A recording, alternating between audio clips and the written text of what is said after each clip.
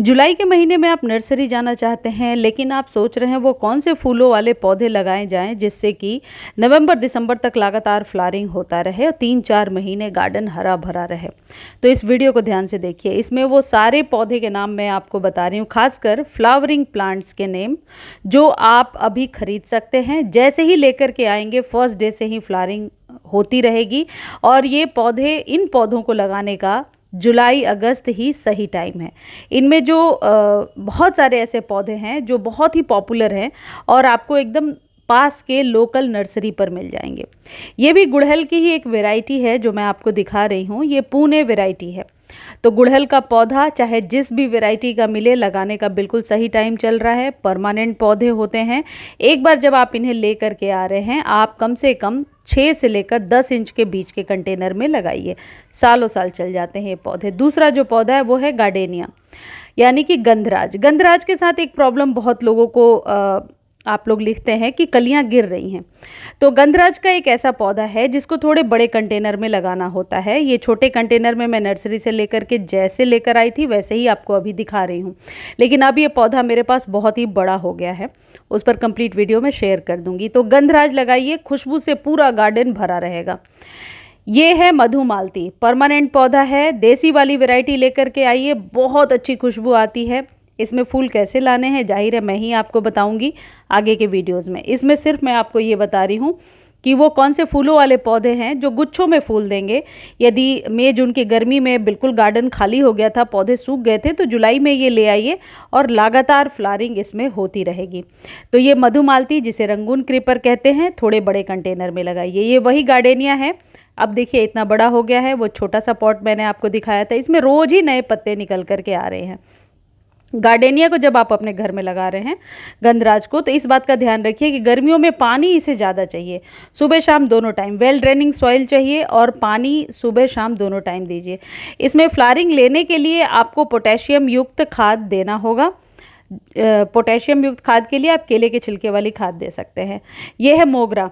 आपको पता ही है, मोगरा जैस्मिन की कोई भी वैरायटी लगाने का बिल्कुल सही टाइम है। लगातार नवंबर तक इसमें फ्लावरिंग होगी, गुच्छों में फूल खिलेंगे।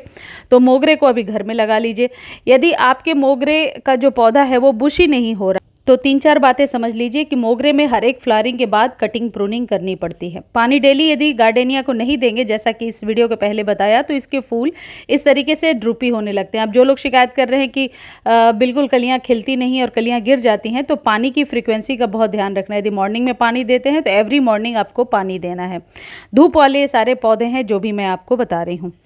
ये जो मोगरा है, यदि इसमें फ्लावरिंग नहीं हो रही है या पौधा जो है घना नहीं हो रहा है, तो 1-1 इंच बस ऊपर से प्रून कर देना है। हर एक फ्लावरिंग के बाद दो पत्तों को पकड़ करके, जैसे ये मैं आपको दिखा रही हूँ, यहाँ से कट करना है। यहाँ से नई ब्रांच आएगी और नई ब्रांच पर ही फ्लावरिंग होगी। तो आप समझ चुके होंगे कि मोगरे को घना कैसे बनाना है।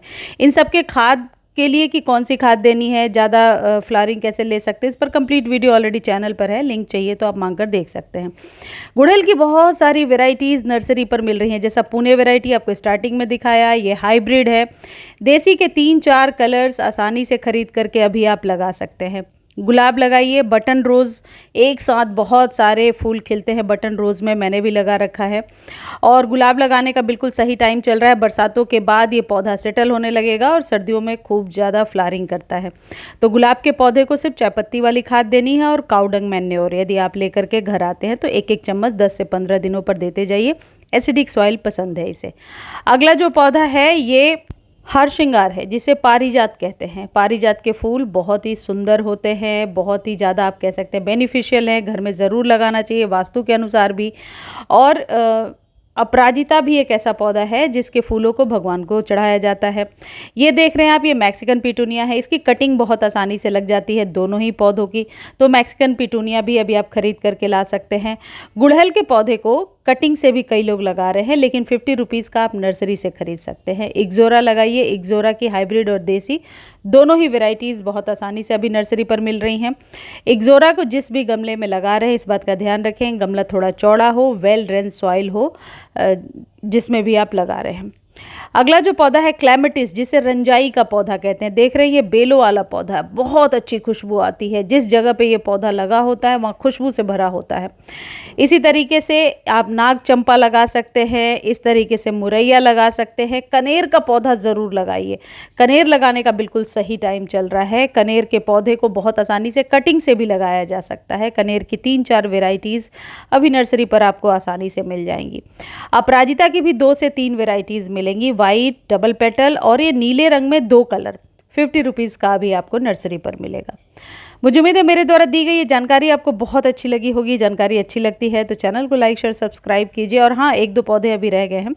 आप इस तरीके से ये जो आप देख रहे हैं अलमंडा लगा सकते हैं। मैं बताते बताते नाम ही भूल जाती हूँ।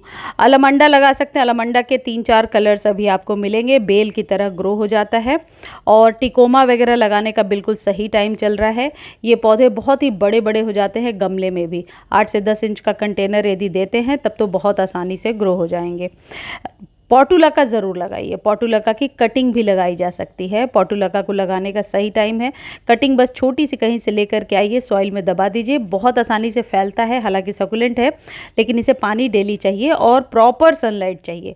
पूरे दिन के धूप में आपको इस पौधे को रखना है। धन्यवाद।